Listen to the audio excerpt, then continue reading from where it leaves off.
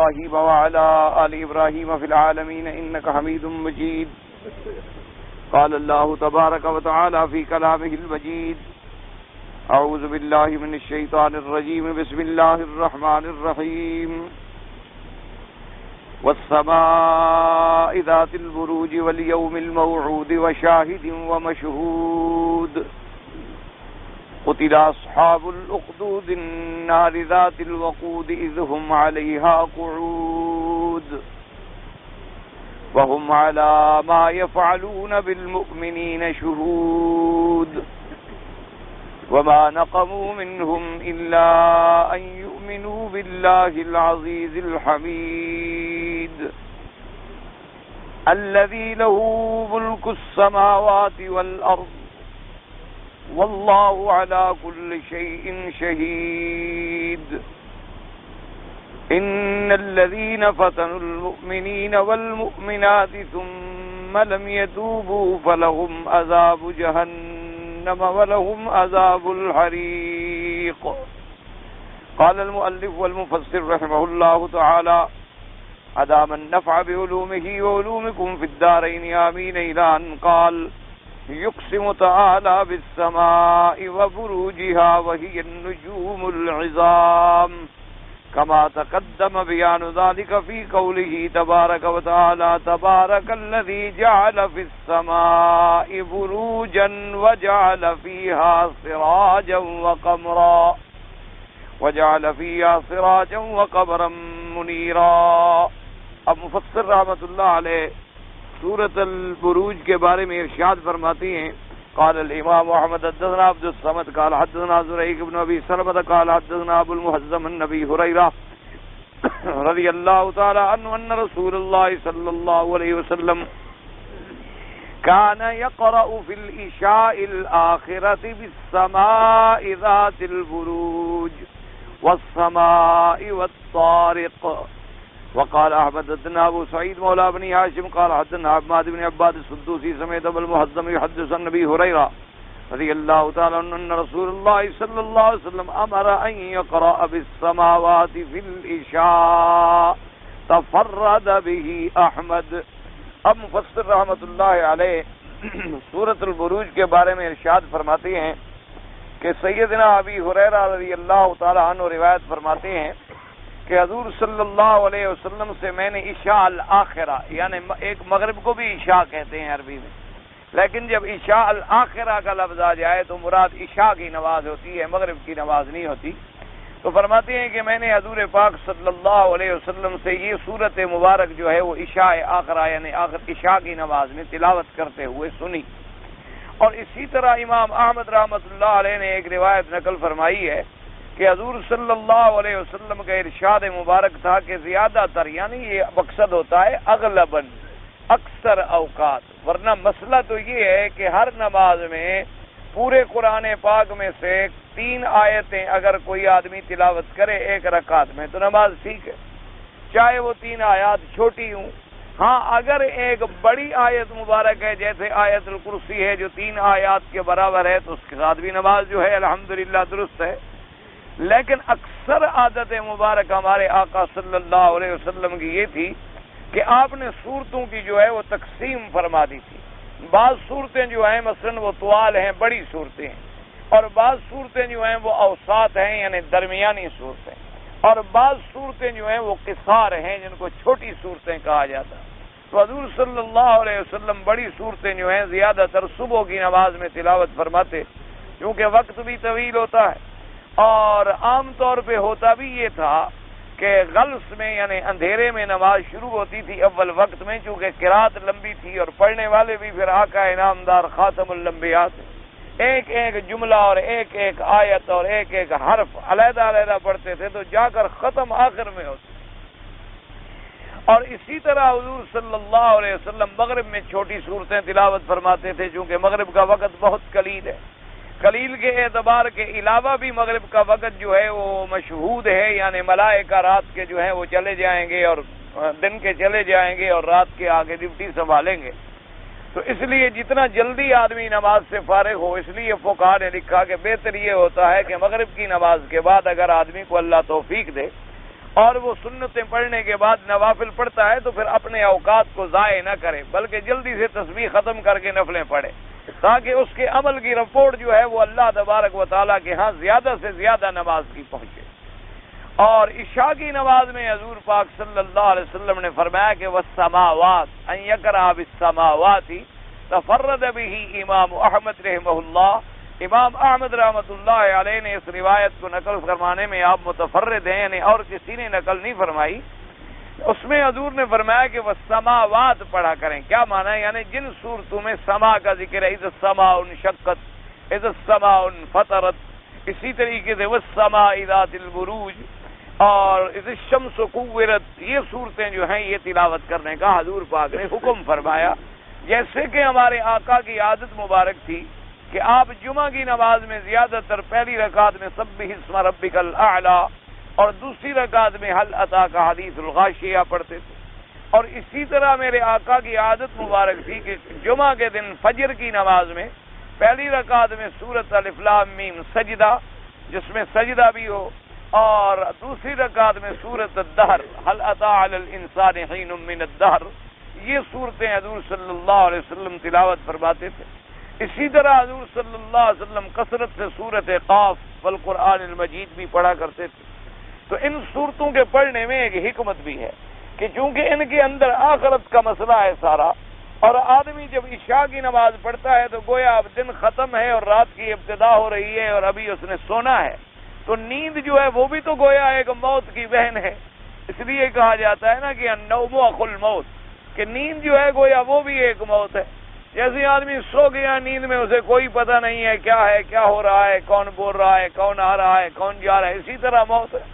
تو اس لیے حضور پاک ان آیات مبارک کو تلاوت کرتے تاکہ آدمی کا ایمان بالآخرت جو ہے وہ زیادہ پکا ہو جائے، اور آدمی سونے سے پہلے اپنی موت کا ذکر اور اپنی قبر کا ذکر اور اپنے حشر کا ذکر سن لے۔ اور اس میں علماء نے فرمایا ایک اور حکمت بھی ہے کہ آدمی نعوذ باللہ اللہ ہدایت عطا فرمائے جن کو الحمدللہ، ورنہ رات میں زیادہ گناہ کرتا ہے بنسبت دن کے، کیونکہ چور ہے، ڈاکو ہے، کوئی یعنی اللہ معاف فرمائے شرابی ہے، زانی ہے، تو رات کو وہ زیادہ گناہوں میں مبتلا ہوتے۔ تو اگر عشاء کی نماز میں وہ آخرت کا ذکر سنے اور قیامت کا اور قبر کا ذکر سنے تو گناہوں سے ڈر جائیں گے، ان کے لیے ہدایت ہوگی۔ لیکن یہ بھی ان کے لیے ہے جو اللہ کے گھر میں آئیں گے، جن کو اللہ نے اپنے گھر کے آنے سے ہی محروم کر دیا ہے، جن لوگوں کو زندگی میں کبھی مسجد نصیب نہیں، کبھی نماز نصیب نہیں، کبھی قرآن کا پڑھنا پڑھانا سننا سنانا نصیب نہیں۔ آج کل تو بہت سارے لوگ ہمارے ملکوں میں دیکھے ہیں ہم نے، بڑے بڑے ماڈرن قسم کے بڑے بڑے لوگ جو ہیں جو آج کل بڑے کہلاتے ہیں، حالانکہ اللہ کی نظروں میں وہ سب سے زیادہ ذلیل ہیں، سب سے زیادہ حقیر ہیں اور سب سے زیادہ چھوٹے ہیں۔ اللہ کی نظروں میں تو بڑا وہ ہوتا ہے جو اللہ سے ڈرنے والا ہو، اللہ سے ڈرنے والا اور متقی ہو اور پرہیزگار ہو۔ جو آدمی اللہ سے زیادہ دور ہے وہ بڑا تو نہیں ہوتا، ورنہ تو پھر فرعون بڑا آدمی تھا، ورنہ تو پھر نمرود بڑا آدمی تھا، شداد اور قارون اور حامان بڑا آدمی تھا، ورنہ اس طرح اگر آپ دیکھیں گے تو پھر ابی جہل اور ابی لہب بڑے آدمی تھے، کیونکہ دولت تو ان کے پاس زیادہ تھی، نوکر چاکر ان کے پاس زیادہ تھے، قوت و شوکت ان کے پاس زیادہ تھی۔ ان کے مقابلے میں اب حضرت بلال کو دیکھیں، نہ سونے کی جگہ ہے، نہ رہنے کا گھر ہے، نہ پہننے کے کپڑے، لیکن ہمارا ایمان ہے کہ ان سب سے بڑا بلال تھا اور سب سے بڑے حضرت محمد الرسول اللہ صلی اللہ علیہ وعلی آلہ واصحابہ وسلم تسلیما کثیرا کثیرا۔ تو ایسے لوگ بھی ہم نے خود دیکھے ہیں، یعنی ان کو ہم جانتے ہیں اور ان سے بعض اوقات بات چیت بھی ہوتی ہے، یعنی پوری زندگی میں ان کو کبھی زیادہ سے زیادہ عید کی نماز کے دن توفیق ہوتی ہے، وہ بھی اس لیے کہ بھی اس دن گورنر اور صدر اور بڑے بڑے لوگ عیدگاہ میں ہوں گے تو تاکہ یہ سمجھیں کہ وہ بھی عید پہ آیا تھا، ورنہ پورے سال میں ان کو نہیں پتا کہ کب اذان ہوئی، کب نماز ہوئی، کہاں نماز ہوئی، کہاں نماز نہیں ہوئی، ان کو کوئی پتہ نہیں۔ ان کو تلاوت قرآن سننے کا موقع شاید نکاح کے دن ملتا ہو کہ رواج بن گیا ہے کہ لوگ نکاح مسجد میں کر لیتے ہیں، مسجد میں آ جاتے ہیں مولوی کے پاس اور برکت ہوگی، یعنی جب برکت کی ضرورت ہو تو پھر مسجد میں ملتی ہے، حالانکہ ان کو چاہیے کہ نکاح شراب خانے میں کروائیں اور مولوی کے بجائے کسی بڑے شرابی کو بلائیں تاکہ ہم جنس کے مطابق معاملہ حل ہو۔ ان کے نکاح میکدے میں ہونے چاہیے، ان کے نکاح کلب میں ہونے چاہیے، اور پڑھانے کے لیے جو ہے وہ کلب کا جو بڑا ہو اس کو بلائیں کہ بھئی تم ایسا کرو کہ کوئی تمہیں خطبہ نہیں آتا تو کوئی بات نہیں، کوئی ایک دھن بجا دو، ایک گانا لگا دو، ہمارا نکاح ہو گیا۔ جیسے عیسائیوں کا بھی تو آخر ہو جاتا ہے، یہودیوں کا بھی تو آخر ہو جاتا ہے، ہندوؤں کا بھی تو آخر ہو جاتا ہے، ان کا بھی ہو جائے گا۔ اور اگر اسلام سے کوئی تعلق ہے پھر اسلام کے مطابق تو زندگی بدلنی ہوگی۔ اسلام کا تقاضا تو یہ ہے کہ جو آدمی نماز چھوڑ دے وہ کافر ہو جاتا ہے، اور اس کے بعد اس کا بعض ائمہ رحمۃ اللہ علیہم کے نزدیک تو جب کافر ہو گیا نکاح بھی ختم ہو گیا۔ حتیٰ کہ حضرت امام احمد ابن حنبل رحمۃ اللہ علیہ، اللہ ان کی قبر پہ کروڑوں رحمت نازل فرمائے، وہ تو فرماتے ہیں کہ اس کو اگر مر جائے تو مسلمانوں کے قبرستان میں بھی دفن نہ کرو، اور فرماتے ہیں کہ اگر مر جائے تو اس پہ جنازے کی نماز بھی نہ پڑھو، وہ مسلمان تو نہیں مرا کہ ہم نماز جنازہ پڑھیں۔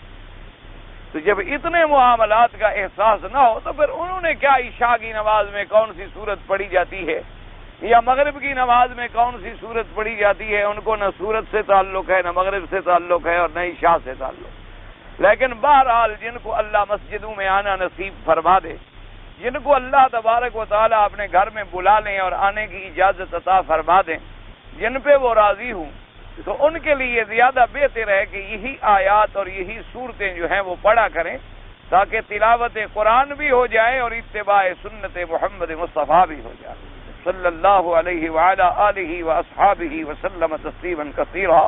تو سیدنا ابی ہریرہ کی بھی یہ روایت ہے، اور امام احمد بن حنبل رحمۃ اللہ علیہ نے بھی یہ روایت کی ہے، اور تفرد به احمد، امام احمد اس میں متفرد ہیں، یعنی اور کسی نے اس روایت کو نہیں نکالا ہے۔ تو اب مفسر فرماتے ہیں کہ والسماء ذات البروج، یہ سورت مبارک جو ہے سورت مکیہ، یہ وہ سورت ہے جو نازل ہوئی قبل ہجرت حضور صلی اللہ علیہ وسلم، اور اس کے بعد ارشاد فرماتی ہے کہ بروج سے کیا مراد ہے، کیونکہ اللہ نے قسم کھائی ہے آسمان کی جو بروج والا ہے۔ تو مفسر رحمۃ اللہ علیہ فرماتے ہیں کہ بروج سے مراد ہے النجوم العظام، کہ وہ بڑے بڑے ستارے، جیسے کہ قرآن میں آپ پڑھ چکے ہیں تبارک الذی جعل فی السماء بروجا، تو اس آیت پر بھی انہوں نے بحث کی تھی وجعل فیہا سراجا وقمرا منیرا۔ تو جب سورج کا بھی ذکر آیا، قمر کا بھی ذکر آیا، تو قبل ذالک بروج کا ذکر ہے، تو اس لیے وہاں بھی یہ دلیل موجود ہے کہ بروج سے مراد جو ہے وہ نجوم ہیں، اور نجوم جو ہیں پھر ان کے اقسام ہیں، یعنی وہ بڑے بڑے ستارے، بڑے بڑے ستارے جو ہیں ان سے یہ مراد ہے۔ اور بعد نے کہا وہ سیارات مراد ہیں، اور بعد نے کہا سیارات ثوابت ہیں، لیکن ثوابت کا قول جو ہے یہ فلاسفہ کا قول ہے، فرق ضالہ کا قول ہے، کیونکہ اللہ تبارک و تعالیٰ یہ فرماتے ہیں قرآن میں کہ آسمان کے تارے جو ہیں یہ حرکت کرتے ہیں، اس لیے فرمایا الشمس ينبغي لها ان تدرك القمر ولليل سابق النهار وكل في فلك يسبحون۔ تو قرآن جب یہ ثابت کرتا ہے، ان کے مقابلے پر فلاسفہ کا جو قول ہے وہ قول مردود ہے، اس لیے کہ وہ کہتے ہیں کہ بروج سے مراد ہے 7 سیارات ثوابت، کہ وہ ثوابت ہیں اور ان کی حرکت نہیں ہوتی، اور باقی تارے جو ہیں وہ ان کی حرکت کے تابع ہوتے ہیں۔ ان کا قول جو ہے وہ صحیح نہیں ہے، قول وہی صحیح ہے جو اللہ کے قرآن میں ہے اور علی لسان رسول پاک صلی اللہ علیہ وسلم۔ اس لیے مفسر فرماتے ہیں کہ اس آیت میں بھی آپ پڑھ چکے ہیں کہ اس سے مراد جو ہے بروج سے، بروج اصل بروج جو ہے یاد رکھیں، بروج کا معنی ہوتا ہے ظاہر ہونا، جیسے فرمایا ولا تبرجن تبرج الجاہلیہ، اللہ نے قرآن پاک میں فرمایا کہ تم عورتیں ایسا لباس نہ پہنو جیسے جاہلیت کی عورتیں عریانی اور فحاشی میں اپنے بدن کو ظاہر کر کر سے پھرتی تھی، جیسے کہ حتیٰ کہ اللہ کے کعبے کا طواف کرتی تھیں اور بغیر لباس کے، یعنی ننگے ہو کر اللہ کے کعبے کا طواف کرنا، اور اس کے بعد وہ باقاعدہ کہا کرتی تھیں الیوم یبدو کلہ و بعدہ، یعنی باقاعدہ فخر کرتی تھیں اس بات پہ کہ آج دیکھیں میں اپنے بدن کا پورا حصہ یا کچھ حصہ جو ہے وہ کھول رہی ہوں۔ اور بعض عورتیں ایسا لباس پہنتی تھی کہ کاسیات عاریات، یعنی لباس تو تھا لیکن ہوں تھی ننگی۔ تو کیا مطلب علماء نے لکھا کہ لباس اتنی شفاف ہے، اتنی باریک ہے کہ بدن نظر آ رہا ہے، تو گویا وہ لباس بھی نہ پہننے کے حکم میں، یا لباس تو موٹا ہے، لباس تو ثقیل اور غلیظ ہے، لیکن وہ اتنی بدن پہ ٹائٹ ہے کہ بدن کا عضو نظر آ رہا ہے کہ یہاں سینہ ہے اور یہاں باڈی ہے اور یہاں آدمی کا ہاتھ ہے اور یہاں چہرہ ہے اور یہاں گردن ہے اور یہاں کمر ہے، اسی کے مطابق پیمائش کر کے ایسا سیا گیا ہے کہ عورت کا ایک ایک عضو نظر آ رہا ہے، تو وہ بھی عورت ننگے کے حکم میں شمار ہوگی، چاہے وہ مرد ہو یا عورت ہو۔ تو اس لیے فرمایا کہ چونکہ یہ ستارے بھی تو ظاہر ہیں، انا زینا السماء الدنیا بزینۃ الکواکب، انا زینا السماء الدنیا بمصابیح، اللہ تبارک و تعالی نے زینت بخشی ہے اس دنیا کے آسمان کو ان تاروں سے، اور پھر تاروں کی روشنی کے اعتبار سے بھی نظر آنے والی چیز ہے، اس کا ظہور ہے، تو بروج ظہور کے معنی میں بھی آیا ہے۔ تو بہرحال ابن کثیر رحمت اللہ علیہ، اللہ تبارک و تعالی ان کی قبر پہ کروڑوں رحمت نازل فرمائے، انہوں نے فرمایا کہ بروج سے مراد جو ہے النجوم العظام، اس لیے فرماتے ہیں رحمت اللہ علیہ کہ جیسے کہ اللہ نے فرمایا تبارک الذی جعل فی السماء بروجا وجعل فیہا سراجا وقمرا منیرا، قال ابن عباس ومجاہد والضحاک والحسن وقتادہ والصدی البروج النجوم۔ حضرت ابن عباس، حضرت مجاہد، حضرت ضحاک، حضرت حسن، حضرت قتادہ اور حضرت صدی رحمت اللہ علیہ، ان کا بھی یہی ارشاد مبارک ہے کہ بروج سے مراد کیا ہے؟ تارے، ستارے، اللہ کے بڑے بڑے تارے۔ وان مجاہد اذن البروج الذی فی الحرس، حضرت مجاہد کا ایک قول یہ، انہوں نے فرمایا کہ البروج، انہوں نے کہا کہ بروج کہتے ہیں ایسی جگہ جہاں پہرے دار اللہ نے بٹھائے ہیں ملائکہ، کیونکہ بروج اصل میں کہتے ہیں جس کو آپ کہتے ہیں نا قلعہ، جیسے آپ نے یہاں بھی دیکھے ہیں آج کل بڑے بلڈنگیں بنتی ہیں نا ایسے لمبی لمبی لکھتے ہیں یہ برج ہے، برج کیا معنی یعنی قلعہ نما عمارتیں، قلعہ نما عمارتیں۔ پہلے زمانے میں آپ نے دیکھا نا جیسے پہاڑوں پہ بنے ہوتے ہیں قلعے، تو بڑے بڑے برج بناتے تھے، ان برجوں میں سوراخ ہوتے تھے اور اندر فوج بیٹھتی تھی اور اسی سے پھر وہ اپنے دشمن پر حملہ کرتے تھے۔ تو انہوں نے فرمایا حضرت مجاہد رحمت اللہ علیہ نے کہ بروج سے مراد وہ ہے کہ الحرس، جس میں حرس بیٹھتی ہے، جیسے کہ قرآن نے فرمایا اینما تکونوا یدرککم الموت ولو کنتم فی بروج مشیدہ، تو وہاں بروج اس معنی میں آیا ہے قصور کے معنی میں، محلات کے معنی میں، قلعوں کے معنی میں۔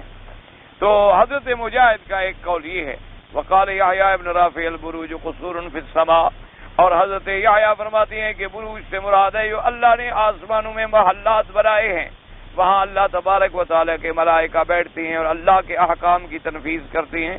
وقال من حال ابن ابن والسماء ذات البروج قال الخلق الحسن، انہوں نے فرمایا بروج، انہوں نے کہا کہ بروج جو ہے یہ اس سے مراد ہے زینت، اس سے مراد ہے زینت۔ کیا اللہ نے فرمایا مجھے قسم ہے آسمان کی جو میں نے ایسا خوبصورت بنایا، کیسا خوبصورت آسمان میں نے بنایا ہے، اس کی وسعت پہ نظر ڈالیں، اس کے عرض پہ نظر ڈالیں، اس کے اندر تاروں کی چمک اور دمک پہ نظر ڈالیں کہ کیسے میرے پروردگار عالم نے ایک اتنی بڑی چادر ہمارے سروں پہ پھیلا دی ہے کہ جس کے طول و عرض کو بھی آج تک کوئی نہ علم پہنچ سکا، نہ تحقیق پہنچ سکی، نہ کوئی جدید معلومات وہاں تک جا سکے۔ تو انہوں نے فرمایا کہ الخلق الحسن یعنی بڑی خوبصورت آسمان جو پیدا کیا۔ واختار ابن جریر منازل الشمس والقمر وهي 12 برجا تصير الشمس في كل واحد منها شهرا ويصير القمر في كل واحد منها يومين وثلثا فذلك 28 منزلة ويستصر ليلتين۔ حضرت ابن جریر رحمت اللہ علیہ نے ایک قول اور نقل فرمایا، انہوں نے فرمایا والسماء ذات البروج، بروج سے کیا ہے؟ انہوں نے فرمایا منازل الشمس والقمر، انہوں نے کہا سورج اور قمر کی منزلیں ہیں، منزلیں کہتے ہیں یعنی یہاں اس نے آ کے کچھ پڑاؤ کرنا ہو۔ تو انہوں نے فرمایا کہ سورج جو ہے وہ تو ہر منزل پہ پہنچتا ہے 1 مہینے کے بعد، یعنی ایک برج سے دوسرے برج میں 1 مہینہ، 12 مہینے گزرے تو سال ختم ہو گیا۔ اور چاند کی رفتار جو ہے انہوں نے کہا وہ ایسی ہے کہ وہ پہنچتا ہے اپنے اپنے ابراج میں 2 دن اور 2 تہائی، ثلثا 2 دن اور 2 تہائی کا وقت لگتا ہے ایک برج میں۔ تو لہذا 12 برج میں آتے آتے اس کے کتنے ہو گئے؟ 28 راتیں۔ 28 راتوں کے بعد 2 دن کے لیے چاند چھپ جاتا ہے، یا تو پھر 29 کے بعد نظر آ گیا یا پھر 30 پورا کر کے نظر آ گیا۔ تو حضرت ابن جریر رحمت اللہ علیہ نے ایک قول مبارک یہ بھی نقل فرمایا کہ بروج سے مراد جو ہے وہ منازل ہیں آسمانوں میں۔ لیکن ایک بات ہمیشہ یاد رکھا کریں، اللہ تبارک و تعالی آپ کو بھی اور مجھے بھی ہدایت بھی عطا فرمائے اور قرآن پاک کی فہم اور سمجھ اور اس پر عمل کرنے کی توفیق بھی عطا فرمائے۔ ایک بات تو ہمیشہ یہ بنیاد بنا لیں کہ جو اللہ اور قرآن پاک میں بات آ جائے، مسلمان کا عقیدہ یہ ہے کہ آمنا و صدقنا، کہ بس ہمارا ایمان۔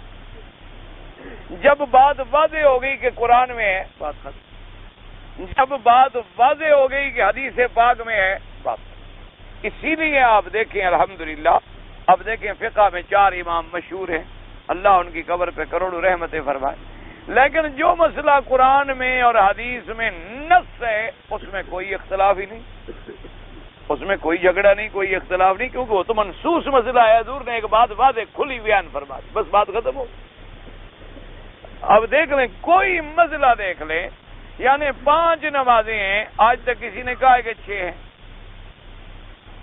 نمازوں کی رکعتیں ہیں، آج تک کسی نے نہیں کہا کہ مغرب 4 رکعت پڑھو۔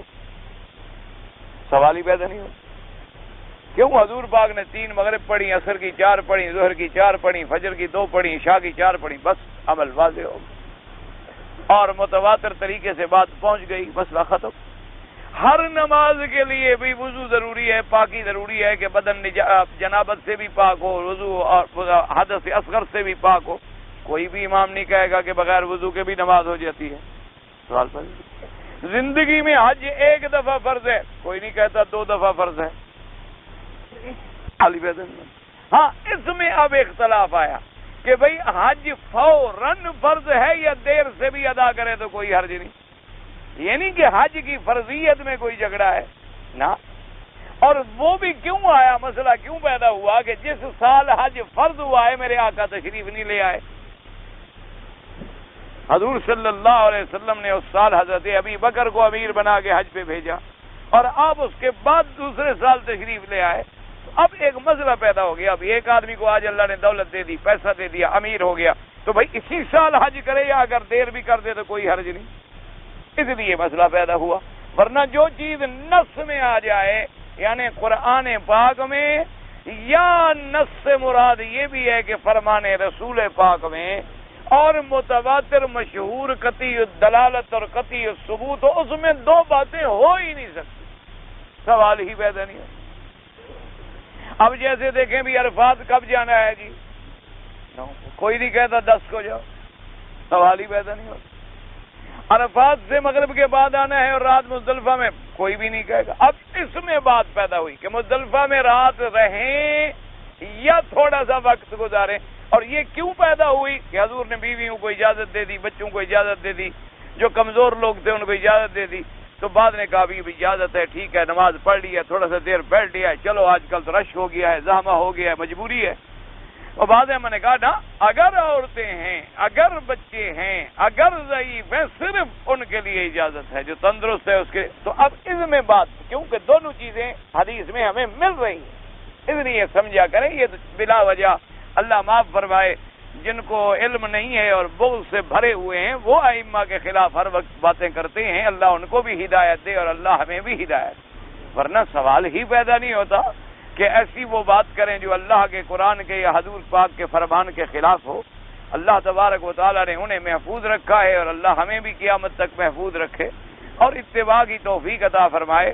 اس لیے ہمیں اچھا اب یہ سمجھیں کہ قرآن نے ایک مسئلہ بیان کیا، جتنی ہمیں سمجھ آ گیا، ہم ایک چیز اگر ہماری سمجھ سے بالا تر ہے یا عالم غیب سے تعلق رکھتی ہے یا عالم برزخ ہے، عالم آخرت ہے، اب فلکیات ہیں، آسمانوں کے معاملات ہیں، اگر ہمارے دماغ وہاں نہ پہنچے، ہم کہا ٹھیک ہے بھی ہمیں چاہے سمجھ آئے جو قرآن کہتا ہے ٹھیک، آمنا و صدقنا، ہمارا عقل ناقص ہو سکتا ہے لیکن اللہ کا فرمان ناقص نہیں ہو سکتا۔ اگر ہمیں سمجھ نہیں آ رہی تو اس کا مطلب یہ ہے کہ ابھی ہمارا علم وہاں پہنچا نہیں۔ جیسے ایک پرائمری والا کبھی بی اے کا سوال حل نہیں کر سکتا، ایک پرائمری والا کبھی ایم اے کا سوال حل نہیں کر سکتا، ایک پرائمری والا جو ہے کبھی وہ اپنے سے بڑی کلاس کے مسائل کو حل نہیں کر سکتا، تو اس کا مطلب یہ ہے کہ ابھی ہمارے علوم وہاں تک نہیں پہنچے، اور جن کو اللہ نے وہ علم عطا فرمائے ان کو زیادہ سمجھ آ گئی، اللہ تبارک و تعالیٰ ان پہ اپنی کروڑوں رحمتیں فرمائے۔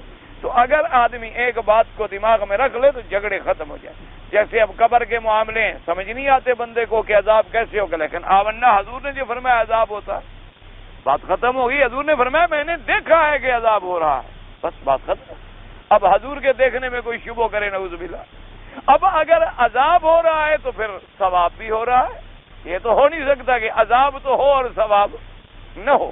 جیسے کہ حضرت عبداللہ ابن مسعود رضی اللہ تعالی عنہ نے ایک دفعہ فرمایا، آپ نے فرمایا کہ پہاڑ جو ہیں، یہ پہاڑ ہمارے سامنے تو خاموش کھڑے ہیں، لیکن ان پر کوئی آدمی گزرتا ہے تو وہ ذکر کرتا ہے تو ان کو پتہ چلتا ہے کہ کوئی اللہ والا گزرا ہے جس نے آج مجھ پہ ذکر کیا.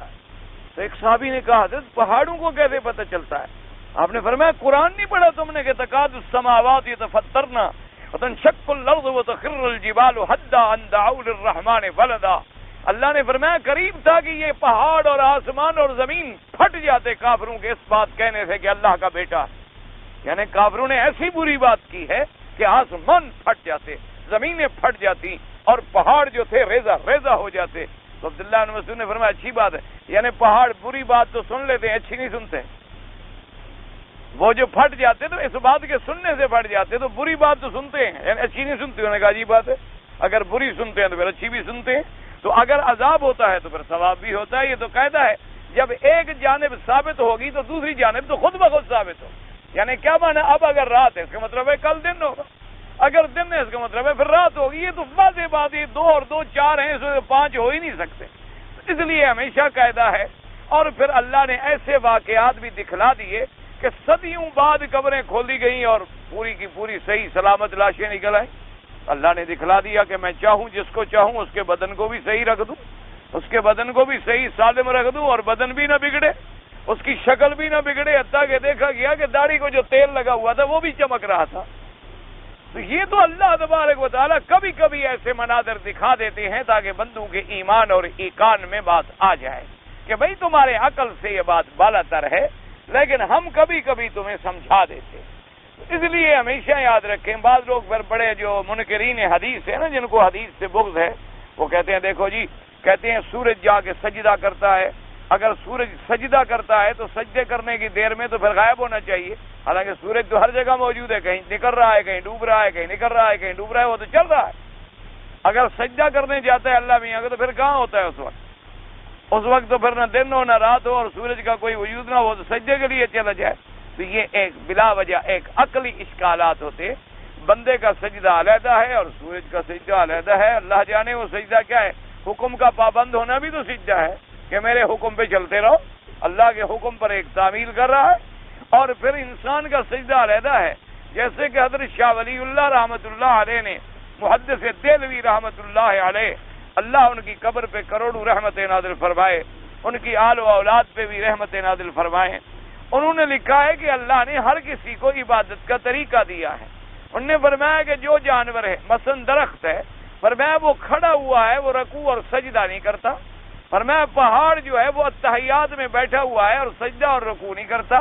اور فرمایا جو پیٹ کے بل جانور چلتے ہیں وہ سجدے میں پڑے ہیں، ان کے لیے رکوع نہیں ہے. جو 4 ٹانگوں پہ چل رہے ہیں وہ ہر وقت رکوع کی حالت میں ہیں، ان کے لیے قیام نہیں ہے.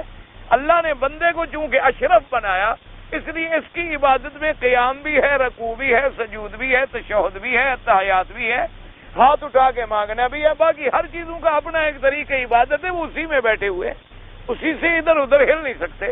جو اللہ تبارک و تعالی نے ان کے لیے ایک شکل متعین کر دی. انہوں نے فرمایا کہ جانور ہے 4 پاؤں پہ کھڑا ہے، گویا رکوع میں کھڑا ہے. ایک جانور ہے وہ پیٹ کے بل پڑا ہوا ہے تو گویا سجدے میں پڑا ہوا. ایک پہاڑ ہے دیکھیں ایسے جمع ہوا ہے، گویا تحیات میں بیٹھا ہوا ہے. ایک درخت ہے کھڑا ہوا ہے تو گویا وہ قیام کی شکل میں ہے. اور بندہ چونکہ اشرف ہے تمام حیوانات سے، نباتات سے، جمادات سے، اللہ نے اس کو عبادات میں بھی مجموعہ عبادات عطا فرمایا. یعنی کبھی دیکھو وہ قیام کی شکل میں ہے، اور کبھی دیکھو وہ رکوع کی شکل میں ہے، اور کبھی دیکھو وہ سجود کی شکل میں ہے، اور کبھی دیکھو وہ قعود کی شکل میں ہے، اور کبھی دیکھو وہ ہاتھ پھیلائے سائل کی شکل میں ہے. اس لیے اللہ تبارک و تعالی نے اس کو جمیع اقسام عبادت سے نوازا ہے. کیونکہ وَلَقَدْ كَرَّمْنَا بَنِي آدم، اللہ نے بنی آدم کو تمام چیزوں پہ شرف بخشا ہے، اس لیے ان کو عبادت بھی اشرف اور اعلیٰ بخشی. اس لیے ستاروں کا حرکت کرنا، ستاروں کا چلنا اللہ کے قرآن میں موجود ہے. اللہ نے فرمایا وَكُلٌّ فِي فَلَكٍ يَسْبَحُونَ، وہ اپنے مدار کے اندر تیرتے ہیں. یسبحون کہتے ہیں تیرنے کو.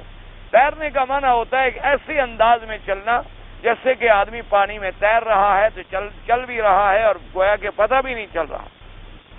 باقی یہ جدید فلاسفہ جو ہیں اور جدید محققین جو ہیں، ابھی تک ان کے علوم وہاں نہیں پہنچے جہاں علم پہنچا حضرت محمد الرسول اللہ کا۔ ان کے علم میں خطا ہو سکتی ہے کیونکہ یہ قیاسات پہ مبنی ہے، یعنی یہ تخیلات ہیں، ایک فارمولہ وضع کرتے ہیں، وہ غلط بھی ہو سکتا ہے۔ اور میرے مدنی کا علم جو ہے براہ راست اللہ سے آتا ہے، تو اللہ غلطی سے پاک ہے تو اس کا علم بھی غلطی سے پاک ہے اور اس کے نبی بھی غلطی سے پاک ہے۔ اس لیے یہ بیچارے کبھی تو کہتے ہیں کہ زمین چکر لگا رہی ہے، پھر کہتے ہیں کہ نہیں زمین بھی نہیں چکر، آسمان سے تارے چکر لگا رہے ہیں، سورج چاند بھی، پھر کہتے ہیں نہیں دونوں لگا رہے ہیں، یہ بھی لگا رہے ہیں اور وہ بھی لگا رہے ہیں، پھر کہتے ہیں پتہ نہیں ان کی رفتار جو ہے یوں ہے یا ان کی رفتار یوں ہے، پھر کہتے ہیں نہیں ایک کی رفتار تو یوں ہے اور ایک کی رفتار، یہ ابھی تک اسی میں پڑے ہوئے، ابھی تک ان کو کچھ حل نہیں ہو سکا، اور ٹھوکریں کھانے کے بعد پہنچیں گے کہاں؟ جہاں پہلے 1400 سال فرما دیا محمد مصطفیٰ حضور اکرم صلی اللہ علیہ وآلہ آلہ وسلم تسلیما کثیرا کثیرا نے 1400 سال پہلے جو بات فرما دی تھی۔ اب دیکھیں ایک معمولی سا مسئلہ ہے، حضور نے فرمایا کہ اگر کوئی جانور منہ مار جائے تو برتن کو دھو ڈالو، لیکن فرمایا اگر کتا منہ پھیر جائے برتن میں تو اس کو 7 دفعہ دھوئیں اور 1 دفعہ مٹی کے ساتھ دھوئیں، 1 دفعہ اس کو مٹی بھی مارے۔ یہ 1400 سال پہلے حضور نے فرما دیا۔ اچھا ہم طالب العلم لوگ تھے، ہمارا کون سا اتنا بڑا علم ہوتا ہے، ہم بھی یہ سمجھتے تھے کہ حضور کے زمانے میں کوئی پاؤڈر تو تھا نہیں، کوئی سرف تو تھا نہیں، کوئی لیکوڈ تو تھا نہیں، کوئی اینٹی بایوٹک اس قسم کے لوشن تو تھے نہیں، حضور نے فرما دیا ہوگا کہ اس کو زیادہ صاف کرنے کا مقصد ہے تو مٹی مار دو۔ لیکن اب جدید تحقیقات نے یہ بات واضح کر دی اور ان کو بھی اعتراف کرنا پڑا کہ کتے کے لعاب میں ایک جراثیم جرثومہ ہوتا ہے، وہ آگ میں بھی نہیں مرتا جب تک کہ مٹی میں نہ ڈالا جائے۔ تو یہ بات 1400 سال پہلے میرے آقا محمد مصطفیٰ نے فرما دی صلی اللہ علیہ وعلا آلہ واصحابہ وسلم تسلیما کثیرا کثیرا۔ اللہ تبارک و تعالی آپ پہ کروڑوں رحمت نازل فرمائے۔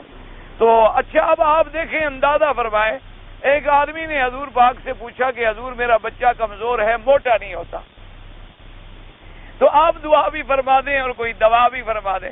تو آپ نے فرمایا کہ ایسا کرو کہ یہ ترہ ہوتی ہے، تر ایک تو خیار ہوتا ہے نا جسے کھیرا کہتے ہیں، ایک لمبی تر ہم اسے کہتے ہیں، تو آپ نے فرمایا وہ تر اور کھجور یہ دونوں ملا کے کھایا کرے تو ٹھیک ہو جائے گا۔ تو اس نے کھلانا شروع کیا، وہ ٹھیک ہو گیا۔ تو اب اطباء نے فیصلہ کیا کہ ہاں وہ ٹھنڈی تھی، وہ گرم تھی، اعتدال آنے کے بعد اس کی اصلاح ہو گئی۔ اب یہ تحقیق اب ہم کر رہے ہیں، لیکن حضور پاک نے تو 14,000 سال پہلے ہی ارشاد فرما دیا حضور صلی اللہ علیہ وسلم۔ اسی طرح ایک دفعہ صحابہ حضور کی خدمت میں آئے اور انہوں نے کہا کہ حضور آج کل ہمیں بڑی کمزوری محسوس ہو رہی ہے، چلنے میں، بیٹھنے میں، اٹھنے میں بڑی ضعف ہے اور نکات ہے۔ تو آپ نے فرمایا علیکم بالنسل، تم تیز تیز چلا کرو۔ آج ساری دنیا کی تحقیق یہی آ گئی کہ تیز چلنے سے زیادہ بہتر دنیا میں کوئی تمرین، کوئی ریاضیات، کوئی ورزش نہیں ہے، اور 1400 سال پہلے حضور پاک نے ہمیں یہ بات فرما دی تھی۔ اسی لیے علامہ اقبال نے کہا تھا کہ خیرہ نہ کر سکا مجھے جلوہ و دانش فرنگ، سرما ہے میری آنکھ کا خاک مدینہ و نجف، کہ میں نے تو مدینہ و نجف سے علم پڑھا ہے، یہ انگریز مجھے کیسے اندھا کر سکتا، یہ مجھے کیسے دھوکہ دے سکتا۔ ان کی نظریں محدود ہیں، ان کی نظریں تو فارمولے اور ابھی تک مادے میں پڑی ہوئی ہیں کہ ہر چیز مادہ سے بنتی ہے۔ وہ مادہ کس سے بنا ہے اس سے یہ جاہل ہے۔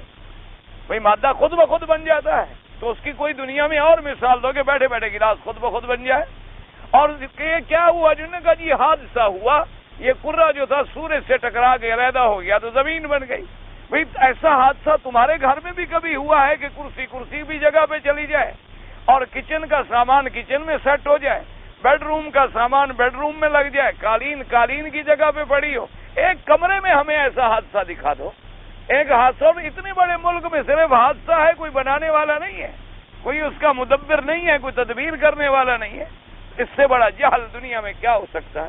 ان کے علوم کا تو آپ نے سنا ہوا ہے، ماشاءاللہ ہزاروں لاکھوں ڈالر خرچ کر کے تحقیق کرتے ہیں کہ جی فلاں گولی جو ہے ناولجین جو ہے دردوں کے لیے بڑی بے ضرر چیز ہے، اور 10 سال کے بعد کہتے ہیں یار وہ بند کر دو تو کینسر پیدا کر رہی ہے۔ ان کی تحقیق کو ہم مانیں یا حضور محمد الرسول اللہ کی بات کو ہم مانیں؟ صلی اللہ علیہ کے 1400 سال گزر گئے، جو فرمایا تھا خیر ہے وہ خیر ہے، جو فرمایا تھا شر ہے وہ شر ہے، آج تک اس میں تبدیلی نہیں آئی۔ حضور نے جس چیز کو کہا حلال ہے وہ حلال ہے، حرام ہے حرام، یہ فائدہ مند ہے فائدہ مند ہے، نقصان دہ ہے نقصان دہ۔ حضور نے فرمایا یہ کام کرو گے تو عزت ہوگی، یہ کرو گے تو ذلت ہوگی۔ آج تک 1400 سال گزر گئے، کوئی شریف آدمی یہ نہیں کہہ سکتا کہ زنا کرنے سے عزت ہوتی ہے، اور کوئی شریف آدمی یہ نہیں کہہ سکتا کہ نماز پڑھنے سے بے عزتی ہوتی ہے۔ نہ پڑھے بدقسمت بد نصیب، یہ علیحدہ بات ہے، لیکن یہ نہیں کہہ سکتا کہ نماز پڑھو تو آدمی ذلیل ہوتا ہے اور بڑی بے عزتی ہے کہ دیکھو جی اونچا ہوتا ہے، کبھی نیچے ہوتا ہے، کبھی بیٹھتا ہے، کبھی کھڑا ہوتا ہے۔ یہ کوئی بات ہے یار؟ خواہ بے عزتی ہو رہی ہے، کوئی بھی نہیں کہہ سکتا، سوال ہی پیدا نہیں ہوتا۔ اور کوئی شریف آدمی سارے رات شراب پیتا ہو، کہتا ہے برا کام یار، دعا کرو اللہ اس عذاب سے چھڑائے، کیا کریں جی مصیبت ہے، منہ کو لگ گئی ہے، چھٹتی نہیں ہے ظالم، یہ منہ کو لگی ہوئی، کیا کریں جی، ہے لعنت، یہ مانتا ہے۔ یہ اس کو بھی اعتراف کرنا پڑتا ہے کہ ہے حرام، باقی ہے بری چیز، کوئی فائدہ تو نہیں ہے جی، بس کیا کریں عذاب ہے اللہ کا، دعا کرو، یہ کہہ دے گا۔ کبھی آپ کو کسی نے کہا دعا کرو میری نماز چھوٹ جائے؟ کہا کسی کوئی نمازی آیا آپ کے پاس کہ دعا کرو میری نماز چھوٹ جائے یار، میرے گلے پڑ گئی ہے؟ کبھی روزے دار نے آپ سے کہا کہ دعا کرو مجھے روزہ نہ رکھا جائے؟ یہ کہا ہوگا دعا کرو یار کمزور ہیں، بیمار ہوں، رمضان پاک آ رہا ہے، اللہ روزے نصیب کر دے، اللہ کرے میں روزوں سے محروم نہ رہ جاؤں، اس دفعہ طبیعت میں ڈر بڑا ہے، میں بیمار جا رہا ہوں، بڑی ویکنس ہے، بڑا کمزور ہوں، پتہ نہیں کیا ہوگا، بھائی دعا کر دو، اللہ کرے ایسا نہ ہو کہ میں رمضان کی سعادت سے محروم ہو جاؤں۔ تو جو حضور نے فرمایا وہ خیر ہی خیر، اس لیے فرمایا کہ اس کی منازل ہے آمنا و صدقنا۔ وہ منازل کیسے ہیں؟ جب ہم نے نہیں دیکھی ہیں تو بحث کیسے کرے؟ جب ہم نے قبر نہیں دیکھی ہے تو بحث کیسے کرے؟ پھر اللہ نے ہمیں قبر کا معاملہ ہم سے چھپا لیا ہے، فرمایا الا الثقلین، جن اور انسان جو ہے اس کو نہیں سن سکتے، باقی ہر چیز کو اللہ نے دکھا دیا، فرشتے دیکھتے ہیں، جن حیوانات دیکھتے ہیں، جنات، اور صرف جن اور انسان جو ہے وہ نہیں دیکھ سکتے۔ تو اس لیے اللہ پاک نے اگر منازل بنائے ہیں اور بروج بنائے ہیں، اور وہ کیسے ہیں، کہاں ہیں، کیا طول ہے، کیا عرض ہے، اللہ جانے، اللہ کا علم جانے۔ ہم تو اتنی بات بیان کر سکتے ہیں جو اپنے قرآن میں پڑھی ہے یا حضور پاک سے سنی ہے، اور اسی پر ہمارا ایمان ہے، اسی پر ہماری نجات ہے، اور ہمارا یقین ہے کہ اسی میں خیر ہے اور اسی میں کامیابی ہے۔ تو اس لیے ابن جریر رحمۃ اللہ علیہ فرماتے ہیں کہ چاند کے لیے جو ہے وہ 28 دن میں ہر 2 دن اور ثلثا 2/3 میں وہ اپنی ایک منزل کو طے کرتا ہے۔ 28 راتوں میں وہ 12 جگہوں کو طے کر لیتا ہے، اور باقی 2 راتیں جو ہیں وہ اس کے چھپنے کی ہوتی۔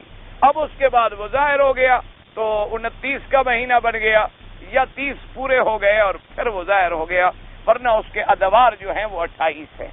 اور چاند جو ہے وہ اپنے دورے کو 12 مہینوں میں، ہر مہینے میں ایک منزل پوری کرتا ہے، اور 12 مہینوں میں وہ اپنا دور جو ہے وہ پورا کر لیتا ہے۔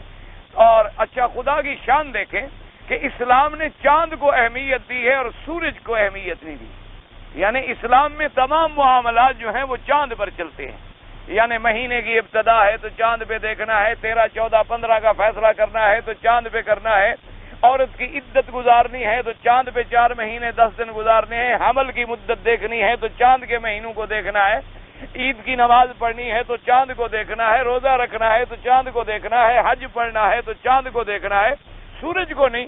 وجہ یہ تھی کہ سورج کا معلوم کرنا بغیر رصد کے آلات کے ممکن ہی نہیں تھا، تو چاند جو تھا اس کا معلوم کرنا آسان تھا، اللہ نے اپنے بندوں کے لیے آسان چیز تجویز کر دی۔ اب سورج کی حرکات کا معلوم کرنا جو ہے وہ تو بغیر آلات کے، بغیر رصد گاہوں کے ممکن ہی نہیں۔ اور چاند جو ہے ایک بدو بھی دیکھ کے بتا دیتا ہے، یہ آپ معلوم ہوتا ہے آج دوسری کا ہے۔ ایک جنگل میں رہنے والا اونٹ چرانے والے سے بھی پوچھو یار دیکھو پہلی کا، جی پہلی کا نہیں لگتا آج، دوسری کا لگا جی بڑا اونچا آیا ہوا ہے، پہلی کا ایسا ہوتا ہے، پہلی کا بہت باریک ہوتا ہے۔ ایک اونٹ چرانے والا بھی فیصلہ کر لیتا ہے پہلی کا ہے کہ دوسری کا ہے کہ تیسری کا ہے کہ چوتھی کا، اس کو بھی پتہ چل جاتا ہے کہ آج چاند مکمل ہو گیا تو 14ویں کی رات ہے۔ اب اس کے بعد پھر وہ گھٹنا شروع ہو جاتا ہے، پھر اس کو پتہ چل جاتا۔ ہمارے جاہل بھی دیکھ لیتے ہیں، یار دیکھنا صبح چاند نظر آیا تھا، ہاں چاند جی غوطہ مار گیا، کہتے ہیں 2 دن پہلے چاند غوطہ مارتا ہے، نہیں غوطہ مار گیا، ہاں جی بس اس کا مطلب ہے کہ اب آیا، یا 29 یا 30۔ تو اس لیے بہرحال اللہ تبارک و تعالیٰ کی حکمتیں ہیں، اور اسی پر ہمارا ایمان ہے۔ ایک بات یاد رکھیں، اب اللہ نے پہلی قسم کھائی آسمان کی اور دوسری کھائی والیوم الموعود، اور یوم الموعود سے مراد جو ہے بالاتفاق یوم القیامہ ہے۔ فرمایا والیوم الموعود وشاہد ومشہود، اختلف المفسرون فی ذلك وقد قال ابن ابی حاتم حدثنا عبد الله بن محمد بن الغزی قال حدثنا عبید اللہ یعنی ابن موسیٰ قال حدثنا موسیٰ بن عبیدان ایوب بن خالد بن صفوان بن اوس الانصاری عن عبد الله بن رافع عن ابی ہریرہ رضی اللہ تعالی عنہ قال قال رسول اللہ صلی اللہ علیہ وسلم اليوم الموعود يوم القیامہ وشاهد يوم الجمعہ وما طلعت الشمس ولا غربت على يوم افضل من يوم الجمعہ وفي ساعة لا يوافق عبد المسلم يسأل الله فيها خيرا إلا أعطاه إياه ولا يستعيذ فيها من شر إلا أعاذه ومشهود يوم أربعة وقد روى الحديث ابن خزيمة من طرق موسى بن بيت الربزي وهو ضعيف الحديث وقد روى موقوفا على أبي هريرة وهو أشبه۔ اب اللہ پاک نے فرمایا کہ مجھے قسم ہے والیوم الموعود اور شاہد و مشہود۔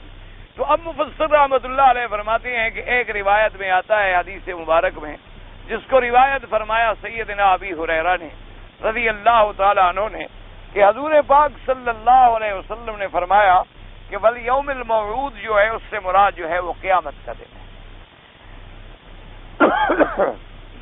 موعود مانا وہ دن جس کا وعدہ کیا گیا، تو اللہ کا فرمان ہے کہ قیامت آئے گی، تو اللہ کا جو فرمان ہے وہ حق ہے، اس میں تو کبھی خلاف ہو ہی نہیں سکتا۔ تو انہوں نے فرمایا یوم الموعود سے مراد جو ہے وہ قیامت کا دن، اور فرمایا شاہد سے مراد جو ہے وہ جمعہ کا دن ہے، اور مشہود سے مراد جو ہے وہ عرفات کا دن ہے۔ جمعہ کو شاہد فرمایا گیا اور عرفات کو مشہود فرمایا گیا۔ اس کی وجہ لکھی ہے علماء کرام نے کہ شاہد کہتی ہیں گواہی دینے والا، حاضر ہونے والا، اور مشہود کہتے ہیں جس میں حاضر ہوں۔ انہوں نے کہا کہ جمعہ چونکہ ہر آدمی نے اپنے گھر میں پڑھنا ہے، مسافر پر تو جمعہ ہے ہی نہیں، مسافر اگر سفر میں ہو تو اس میں جمعہ واجب نہیں ہوتا، اور اس لیے فرمایا کہ گویا کہ ہم تو اپنے گھر میں ہوتے ہیں اور جمعہ حاضر ہوتا، اس لیے اس کو تو کہا گیا شاہد۔ اور مشہود چونکہ عرفات کا دن ہے، عرفات کی تو ایک جگہ معین ہے، اس میں ہم سب حاضر ہوتے ہیں، اس لیے عرفات کو کہا گیا مشہود اور جمعہ کو کہا گیا شاہد، کہ جمعہ کے دن۔ اور حضور نے فرمایا کہ سورج نہیں طلوع ہوا اور نہیں غروب ہوا کسی دن میں جو اس سے افضل دن جو ہے وہ جمعہ کا دن ہے۔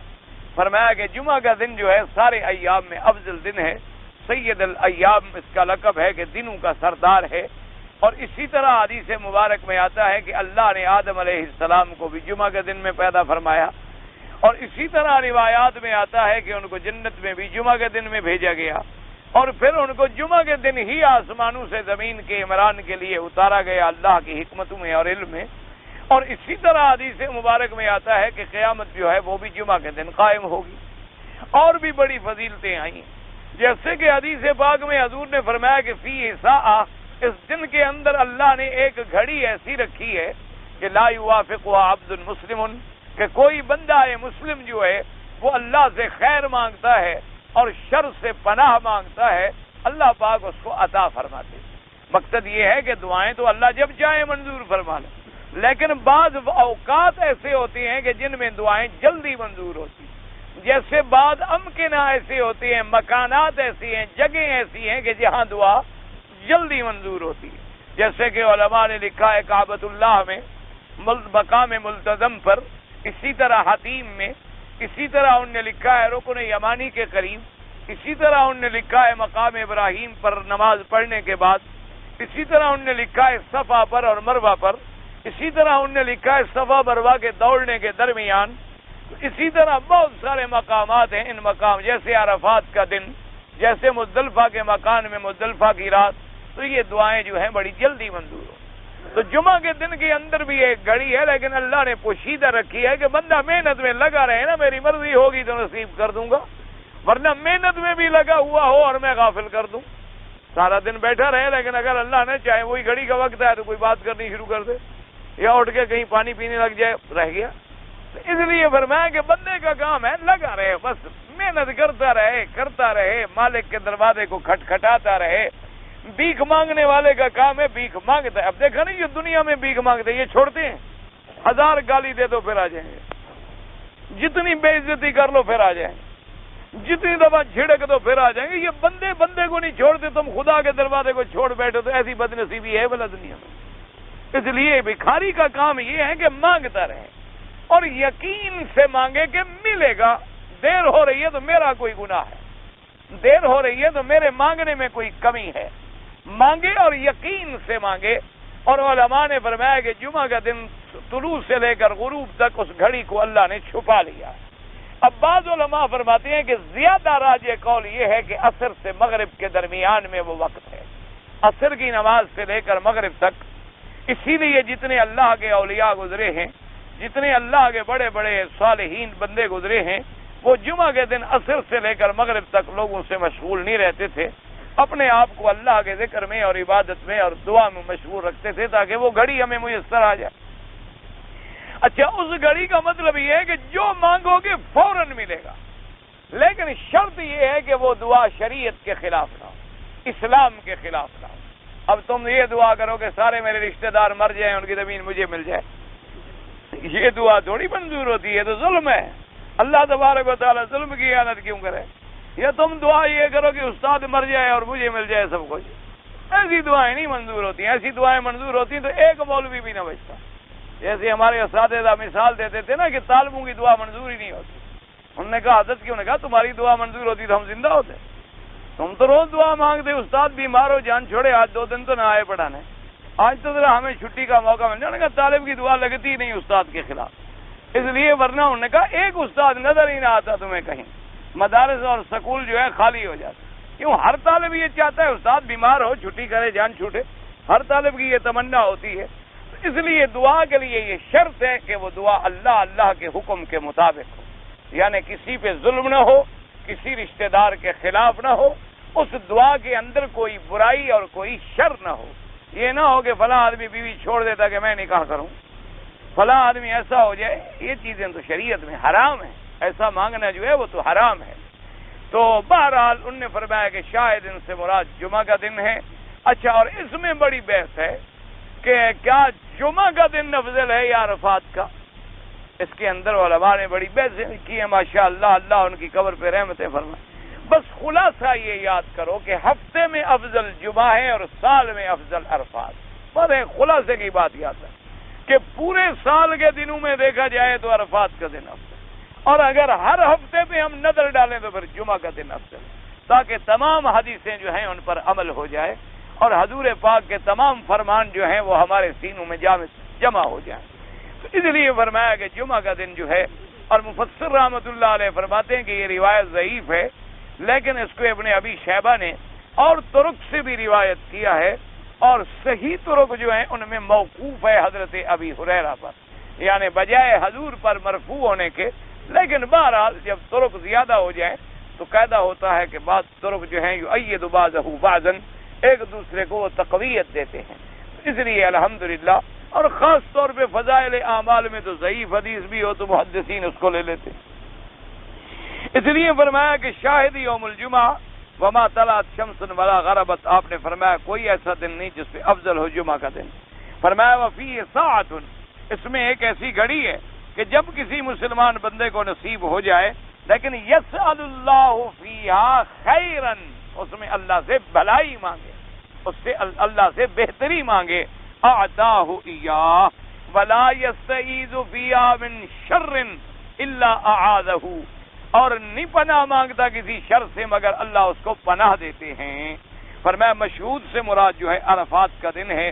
اب مفسر فرماتے ہیں یہی روایت ابن خزیمہ نے من طرق عن موسیٰ ابن عبیدۃ الربزی سے بھی نقل کیا ہے، لیکن وہ راوی ضعیف الحدیث ہے۔ کہتے ہیں کہ اس کے علاوہ اور اسناد میں بھی ہے وقد روا موقوفا علی ابی ہریرہ، کہ یہ روایت جو ہے موقوف نقل کی گئی ہے سیدنا ابی ہریرہ رضی اللہ تعالی عنہ پر۔ فرماتے ہیں وہو اشبہ، کہ وہی زیادہ بات پکی لگتی ہے کہ یہ روایت موقوف ہے مرفوع نہیں۔ لیکن قاعدہ ہے کہ یہ ہوتا ہے، یاد رکھیں کہ جب ایسی باتیں کسی صحابی تک بھی صحیح پہنچ جائیں تو ہمارا ایمان ہے کہ صحابہ صدوق اور عدول ہیں، وہ اپنی طرف سے کبھی ایسی بات نہیں کہتے جب تک انہوں نے حضور پاک سے نہ سنی۔ اس لیے گو ہمیں تو روایت ملی موقوف، لیکن آخر ابی ہریرہ رضی اللہ تعالی عنہ نے ایسی چیزوں کو کیوں بیان فرمایا؟ ان کو کیا پتا تھا؟ آخر انہوں نے سنا کہاں سے؟ حضور صلی اللہ علیہ وعلا آلہ واصحابہ وسلم تسلیما کثیرا کثیرا، اللہ کے کروڑوں صلاۃ و سلام ہوں۔ اس لیے علماء نے فرمایا چاہے حدیث ضعیف بھی ہو، فضائل اعمال میں وہ معتبر ہوتی ہے۔ وقال الامام احمد حدثنا محمد قال حدثنا شعبہ سمیت علی بن زید بن عبید حدثنا انبار مولا بن ہاشم النبی هريرة رضی اللہ تعالی عنہ اما على رفیع النبی صلی اللہ علیہ وسلم یونس صلی اللہ علیہ وسلم قال فی هذه الايه والشاهد ومشهود قال یعنی شاہد یوم الجمعہ ویوم مشهود یوم القیامہ۔ یہ ایک اور لفظ آ گیا، اس میں تو تھا کہ یوم الموعود جو ہے وہ یوم القیامہ ہے، اور شاہد جو ہے وہ یوم الجمعہ ہے، اور مشہود جو ہے وہ یوم العرفہ ہے، لیکن اس میں یہ آیا کہ یوم الشاہد جو ہے وہ یوم الجمعہ ہے، اور یوم مشہود جو ہے وہ یوم القیامہ ہے۔ وقال احمد حدثنا محمد بن جعفر قال حدثنا شعبان یونس سمیت عمار مولا بن یاسم يحدث النبي هريرة رضی اللہ تعالی عنہ انه قال في هذه الايه وشاهد ومشهود قال الشاهد يوم الجمعة والمشهود يوم عرفة والموعود يوم القيامة۔ انہوں نے فرمایا کہ شاہد جمعہ کا دن ہے، مشہود جو ہے وہ عرفات کا دن ہے، موعود جو ہے وہ قیامہ کا دن ہے۔ فقد روي عن ابي هريره انه قال اليوم الموعود يوم القيامة وقضى قال الحسن وقتادة بن زيد العلماء يختلفون في ذلك ولله الحمد۔ انہوں نے کہا اکثر روایات اسی میں اور اس میں اختلاف نہیں کہ یوم الموعود قیامت کو کہتے ہیں اور شاہد جمعہ کا دن ہے اور مشہود عرفات کا دن ہے، واللہ اعلم، اللہ جانتا۔ کسی نے پوچھا ہے جی کہ حمام میں اگر کوئی آدمی نہا رہا ہے تو لازمی بات ہے کپڑا نہیں باندھا ہوا، اگر وہ وہاں وضو کرے تو اس کا وضو جو ہے وہ ہو جاتا ہے۔ پہلے آپ مجھے ایک بات بتائیں کہ حمام میں اگر نہا رہا ہے بغیر کپڑے کے اس کا غسل ہو جاتا ہے؟ ہاں جی، یعنی غسل جو کر رہا ہے غسل ہو جاتا ہے؟ اگر غسل ہو جاتا ہے تو بڑی پلیدی دور ہو جاتی ہے تو وضو نہیں ہوتا؟ تو یہ تو کامن سینس ہے، کوئی عقل کی بات کرو۔ اگر وضو نہیں ہوتا تو پھر غسل بھی نہیں ہوتا۔ یہ تو کامن سینس سے سمجھنے کا مسئلہ ہے کہ تم اگر بڑی پلیدی میں ہو اور غسل کرو ہو تو پاک ہو جاتے ہو، وضو نہیں ہوتا۔ لوگ سمجھتے ہیں جی ننگے جو تھے تو وضو کیسے ہوگا؟ بھائی ننگے تھے تو پھر غسل کیسے ہوگا؟ ننگے تھے تو پھر پیدا کیسے ہوئے؟ یہ کوئی بات ہے؟ یہ مسئلہ ہے تو کامن سینس سے سمجھنے والا ہے، بالکل ہو جاتا ہے، وضو کر لیں۔ صرف ایک قاعدہ یاد رکھو، اگر نیچے جگہ خراب ہے تو پاؤں بعد میں دھوئیں۔ اگر نیچے ایسی جگہ ہے کہ پاؤں پانی فوراً بہ جاتا ہے، جیسے آج کل حمام بنے ہوئے ہیں، نیچے سنگے مرمر لگے ہوتے ہیں، پتھر لگے ہوتے ہیں، پانی کی ایک بوند بھی نہیں ٹھہرتی، چاہے اسی وقت دھو لیں۔ ہاں اگر ہم مٹی پہ کھڑے ہیں، کوئی جگہ خراب ہے کہ پاؤں اگر پانی ڈالیں گے تو پاؤں گندے ہوں گے تو نہا لیں، باقی سارا وضو کر لیں اور بعد میں صرف پاؤں دھو لیں۔ یہ جو عربی میں ہے نا جی، اس کو کہیں بعد میں یا تو مل لیا کریں۔ اب سب کو عربی میں کیا سمجھاؤں میں؟ مکے میں رہتے ہوئے عمرہ کرنا افضل ہے یا طواف؟ طواف کرنا افضل ہے۔ مکے میں رہتے ہوئے جتنی طواف زیادہ کرو ثواب ہے۔ عمرہ وہ افضل ہوتا ہے جب آپ باہر سے آ کے کرتے ہیں، جب اپنے ملک سے آ رہے ہیں، مدینہ پاک سے آ رہے ہیں، میقات سے آ رہے ہیں، وہ عمرہ افضل ہے۔ لیکن جب مکے میں آ گئے تو مکے میں اندر رہتے ہوئے طواف کرنا زیادہ افضل ہے۔ جی آپ کے طلباء جو ہیں جب نماز کی صفیں کھڑی ہوتی ہیں تو جہاں کھڑے ہوتے ہیں آگے جگہ خالی بھی پڑی ہو تو آگے نہیں بڑھتے، اللہ ان کو ہدایت دے، کیونکہ شریعت میں یہ حکم ہے کہ الاول فالاول، پہلی صف پوری کرو، پھر دوسری، پھر تیسری، پھر چوتھی، پھر پانچویں۔ جس صف کے آگے جگہ خالی ہے تم آگے نہیں جا رہے تو تم گناہ گار ہو، باقی سب کا گناہ تم پر ہے، کیونکہ تم آگے جاؤ گے تو پیچھے والا تمہاری جگہ پہ آئے گا۔ جب تم دیوار بن کے کھڑے رہو، زمین جنبت نے جنبت گل محمد، باقی رہا بھی طالب میری باقی بات کون سی مانتے ہیں کہ یہ صف والی بات مان لیں گے؟ طالب کی مرضی ہے بابا، طالب ہم ہیں، یہ استاد ہیں۔ ہم جو کہتے کہتے مر گئے، ابھی جھگڑا نہ کرو، کسی سے لڑو نہ، کسی کے ساتھ تیزی نہ کرو، مان لی ہے، اسی طرح کرتے۔ طالب ہو اور بات مان لے تو یہ تو بڑا مشکل ہوتا ہے۔ ان کے لیے دعا کر سکتے ہیں کہ اللہ ان کو توفیق دے اور اللہ ہمیں بھی توفیق دے۔ جی ہمارے یہاں بعض لوگ جو ہے سالگرہ کرتے ہیں اور یہ سالگرہ مناتے ہیں بچوں کی، بچیوں کی اپنی، تو اس کا شریعت میں کیا ہے؟ خالص بدعت ہے اور کھانا کھانا حرام ہے اور شریک ہونا گناہ ہے۔ یہ انگریزوں کی رسم ہے اور انگریزوں کی سنت ہے۔ اگر سالگرہ سنت ہوتی تو سب سے پہلے منائی جاتی حضرت محمد مصطفیٰ، سب سے پہلے منائی جاتی حضرت آدم علیہ السلام کی، سب سے پہلے منائی جاتی حضرت ابراہیم علیہ السلام. یہ تو وہی ہیپی ہیپی برتھ ڈے، یہ تو ان کی سنت ہے، ان کے ساتھ اٹھنا ہے تو مناؤ. تمہاری مرضی ہے حضور کے ساتھ اٹھنا ہے یا ان کے ساتھ کھڑا ہونا ہے، تمہاری اپنی مرضی ہے، جو مرضی ہے کرو، ہے اسلام کے خلاف. اگر تم چاہتے ہو اپنے بچے کی بھلائی تو جتنی سالگرہ پہ خرچ کرتے ہو اتنی پیسے کسی مسجد میں لگا دو، مدرسے میں لگا دو، کسی مسکین کو دے دو، بیوہ کو دے دو، یتیم کو دے دو، تیرے بچے کے لیے دعائیں کریں. بالکل حرام ہے، شریک ہونا بھی گناہ ہے، اور خاص طور پہ جو مولوی ہے اس کو کبھی شریک نہیں، اس کو دیکھ کر اور لوگ پھر بے دین ہوتے ہیں. اگر ہجڑا فوت ہو جائے، ہجڑا یا ہجڑا ہی لکھا ہوگا، نماز جنازہ کیسے ہوگی؟ تمہیں کیا مصیبت پڑ گئی؟ یہ تو مولوی کے ذمہ ہے. بہرحال مسئلہ یہ ہے کہ اگر اس کی اشکال اور علامات مردوں کے زیادہ قریب ہیں تو مردوں کی طرح، عورتوں کے زیادہ قریب ہیں تو عورتوں کی طرح. ایک دوسری بات یاد رکھو، نماز جنازہ کے صیغے میں مذکر مؤنث کے فرق کرنے کی ضرورت ہی نہیں. اللہم اغفر لحینا ومیتنا وشاہدنا وغائبنا وصغیرنا وکبیرنا وذکرنا وانسانا اللہم ناحید مننا فائصامت فیض مننا ودفاع ایمان نقی من خطایا کم نتصاب لبدن درست اللہ بس خطایا من المائی والثلج والبرد اللہم اغفرهم ورحمهم وعفو عنهم وتجاوز عنهم. کسی صیغے میں فرق کرنے کی ضرورت ہی نہیں، تو سب کے لیے برابر ہو گیا.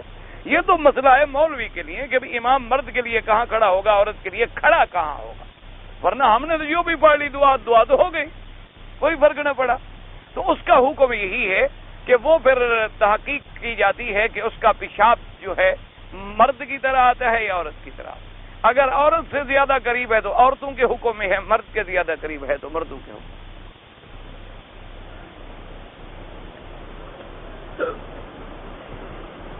میں نے بینک سے قرضہ لیا ہے، لازمی بات ہے کہ مجھے سود دینا ہوگا. یہ گناہ تو ہوگی، اب جلدی جلدی ادا کرو، توبہ کرو اور آئندہ بچ جاؤ. آئندہ کے لیے اپنے آپ کو اس عذاب سے چھڑاؤ. جب آدمی توبہ کر لیتا ہے تو اللہ گناہ معاف کر دیتا ہے. التائب من الذنب کمن لا ذنب لہ. اور سود سب سے بڑا گناہ ہے جس پر اللہ نے فرمایا فاذنوا بحرب من اللہ، کہ جس نے اللہ سے جنگ لڑنی ہو وہ سود لے. تو اس لیے اب اسی لیے تو ہمارا کچھ نہیں بن رہا نا. ہم اللہ سے تو لڑ رہے ہیں تو ترقی کیسے ہو، مقابلہ کیسے ہو؟ کوئی سوال نہیں پیدا ہوتا. بندہ بھی خدا سے لڑ سکتا ہے بندہ. تو اس لیے بہرحال فوراً توبہ کریں اور ادا کریں. بنگالی زبان میں جو ترجمہ ہوا ہے آپ کی کتاب کا اس کو زیادہ کوشش کریں. بھائی بعض طلباء نے کوشش کی اور چھپائی. اب چھپائی وہ آسان تو نہیں ہوتی. یعنی ایک کتاب جو ہے تقریباً 45 یا 50 روپے میں، اور آج کل کاغذ مہنگا ہو گیا 70 روپے میں پڑتی. یعنی اگر 1000 کتاب چھپائیں تو 70,000 روپیہ اس پہ خرچ ہوتا. اور ابھی میرا دوسرا جلد جو چھپ رہا ہے وہ تو پتہ نہیں کتنے کمپیوٹر پہ اس کی طباعت ہوئی ہے، کل پرسوں اطلاع آئی تھی، وہ تو پتہ نہیں ہمیں کوئی 100 روپے سے بھی مہنگی پڑے گی. تو اس لیے بہرحال جتنی ان غریبوں سے ہو سکا ہے انہوں نے کیا ہے، اور دعا کریں اللہ کسی اور کو توفیق دے دے. ہم نے پیسے تو لینے نہیں ہوتے، وہ اللہ واسطے تقسیم ہوتی ہے. جی ہمارے یہاں ایک سلسلہ یہ بھی ہے کہ دولہا جو ہے شادی کے بعد دلہن کے دوپٹے کو بچھا کے اس پہ نماز پڑھتا ہے. اس کو نماز آتی ہے پہلے؟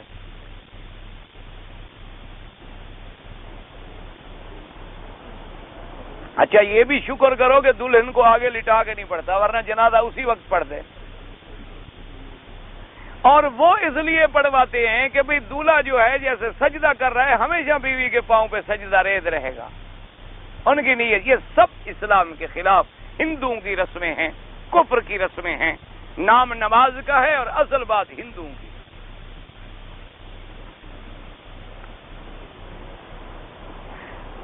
جب اگر کوئی عورت اپنے بچے کو دودھ پلائے، نہیں وضو شضو نہیں ٹوٹتا. عورتوں کو حیض اور نفاس کی حالت میں نماز جو ہے معاف ہے، اور روزے کی تو قضا کرنی ہو. میرا دل ڈرتا ہے اور ڈر جاتا ہوں تو آخری صورتیں جو ہے نا پڑھ کے دم کیا کرو. آیت الکرسی پڑھ کے خود پڑھ کے دم کر لیا کرو. کسی مولوی شولوی کے پاس نہ جانا، کہیں کے پاس جاؤ گے تو وہاں فیس دینی پڑے گی. پھر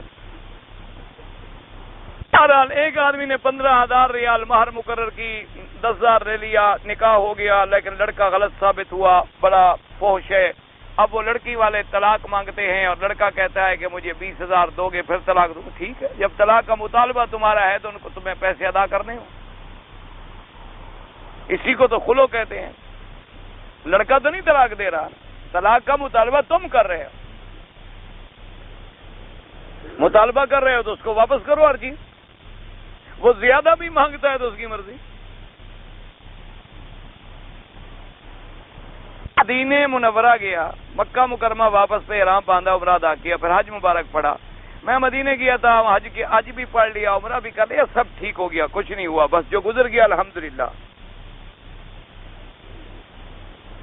جمعہ کی اذان ہونے ہی قبل جمعہ کی نیت باندھتے ہیں، 1 منٹ بھی نہیں گزرتے خطبے کے اذان ہوتا ہے. تو بھائی بہرحال 2 سنتیں پڑھ سکتا ہے آدمی، اور اگر شروع کر چکا ہے 4 سنتیں تو پڑھ لے. میں نے 4 سال پہلے حج کیا تھا، صفا مروہ نہیں دوڑا تھا ماشاءاللہ. تو خیر ابھی طواف کر کے دوڑ لو، خیر مہر ہے، کوئی جرمانہ نہیں ہے. طواف کے دوران 6 یا 7ویں چکر بھول گیا، بہرحال اللہ قبول کرے ہو جائے گا، آئندہ گنتے رہو. عمرے کے بعد سر کے بال کٹوا دیے جائیں، پھر دوبارہ عمرے کرنے کا موقع ملے. اگر بال بالکل اس طرح پھروا دیا تھا آپ نے اور دوبارہ عمرہ کیا، بال ہوں یا نہ ہوں پھر بھی اس طرح پھروانا پڑے گا. اگر بال ہوں تو 4تھا حصہ کٹنا ضروری ہے. یہ 2-3 بال جو کاٹتے ہیں اس سے دم پڑ جاتی ہے.